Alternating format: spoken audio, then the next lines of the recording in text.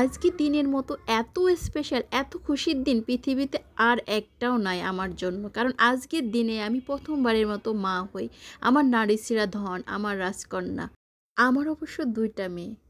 কিন্তু প্রথমবারের মতো মা হওয়ার অনুভূতিটা যে কী, সে একজন মাই বুঝতে পারে। একজন মা ছাড়া কেউ বুঝতে পারবে না।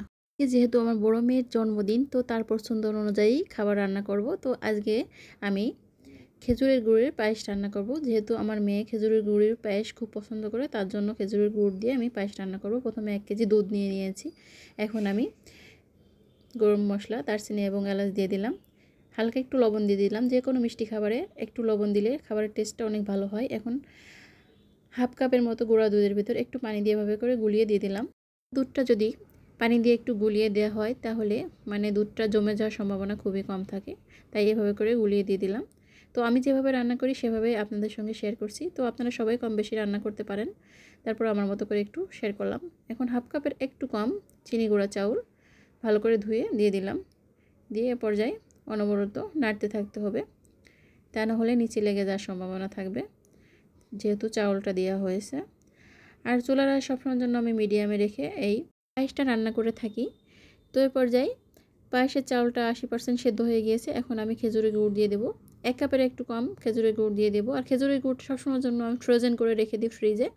তো যখন খেজুরের গুড়ের মৌসুম থাকে তখনই আমি বেশি করে খেজুরের গুড় কিনে ফ্রিজে রেখে দিই। আর এভাবে করে সারা বছরই খেজুরের গুড় দিয়ে যে কোনো কিছু রান্না করি। পায়েস বিশেষ করে খেজুরের গুড় দিয়ে রান্না করে থাকি। আমার মেয়ে অবশ্য খেজুরের গুড়ের পায়েসটা খুব পছন্দ করে, এমনি চিনি দিয়ে পায়েস রান্না করলে সেটা খেতে চায় না। তো এই পর্যায়ে গুড় দিয়ে আবারও নেড়ে চেড়ে সুন্দর করে কিছুক্ষণ রান্না করে নিতে হবে। এই তো। আর সবসময়ের জন্য নাড়াচাড়া করতে হবে, তা নাহলে নিচে লেগে যাওয়ার সম্ভাবনা থাকবে। পর্যায়ে আমি আগেই বাদাম পেস্ট করে রেখেছিলাম, সেটা দিয়ে দিলাম। 3 চামচের মতো বাদাম পেস্ট করে রেখেছিলাম। তো 3 চামচের মতো বাদাম পেস্ট দিয়ে দিলাম। দিয়ে আবারও নেড়েচেড়ে সুন্দর করে রান্না করে নিব। আর বাদাম পেস্টটা দিলে যেটা হয় পায়েসের স্বাদটা আরও ভালো হয়, খেতে খুবই ভালো লাগে।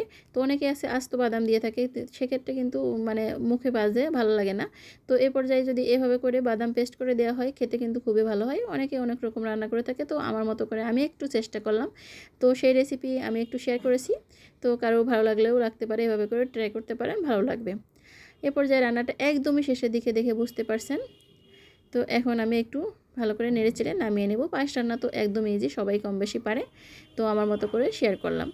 তো পায়েসের পাশাপাশি আমি কি রান্না করলাম আর মেয়েদের জন্য কি কেনাকাটা করলাম জন্মদিনে, তো সেগুলো আমি একটু শেয়ার করব। আমি অবশ্যই এভাবে ব্লগ আকারে কখনো শেয়ার করি না, আমি রান্নার ভিডিও দিয়ে থাকি। তো আজকে একটু যেহেতু স্পেশাল দিন, তো স্পেশাল করে একটু চেষ্টা করলাম। এই তো লাস্টে আমার পায়েসের কালারটা এভাবে এসেছে, আর খেতে কিন্তু খুবই দুর্দান্ত ছিল। তো আপনারা এভাবে করে একটু ট্রাই করতে পারেন, ভালো লাগবে। এই তো আমার বড় মেয়ে এবং ছোট মেয়ের জন্য একই কালার এর 2টা ড্রেস কিনে দিয়েছি। এই তো বড় মেয়ে ছোট মেয়ে সবসময়ের জন্য ম্যাচিং না হলে তাদের আবার হয় না, তার কারণে ম্যাচিং করে দিয়েছি। এটা হচ্ছে বড় মেয়ে, যার জন্মদিন তার ড্রেস, আর এটা হচ্ছে ছোট মেয়ের ড্রেস।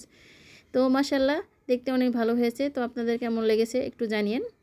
আর সঙ্গে আমি রান্না করেছি আস্ত মুরগির রোস্ট আর বিরিয়ানি, আর সঙ্গে কেক তো আছে, কেকের ভিডিওটা নেক্সটে দিব। তো এইসব রেসিপি অবশ্য আমি নেক্সটে দিয়ে দিব। তো আজকের মতো আল্লাহ হাফেজ, সবাইকে অনেক অনেক ধন্যবাদ, ভালো থাকবেন। আর যদি ভিডিওটি ভালো লেগে থাকে সম্ভব হলে একটু শেয়ার করে দেবেন।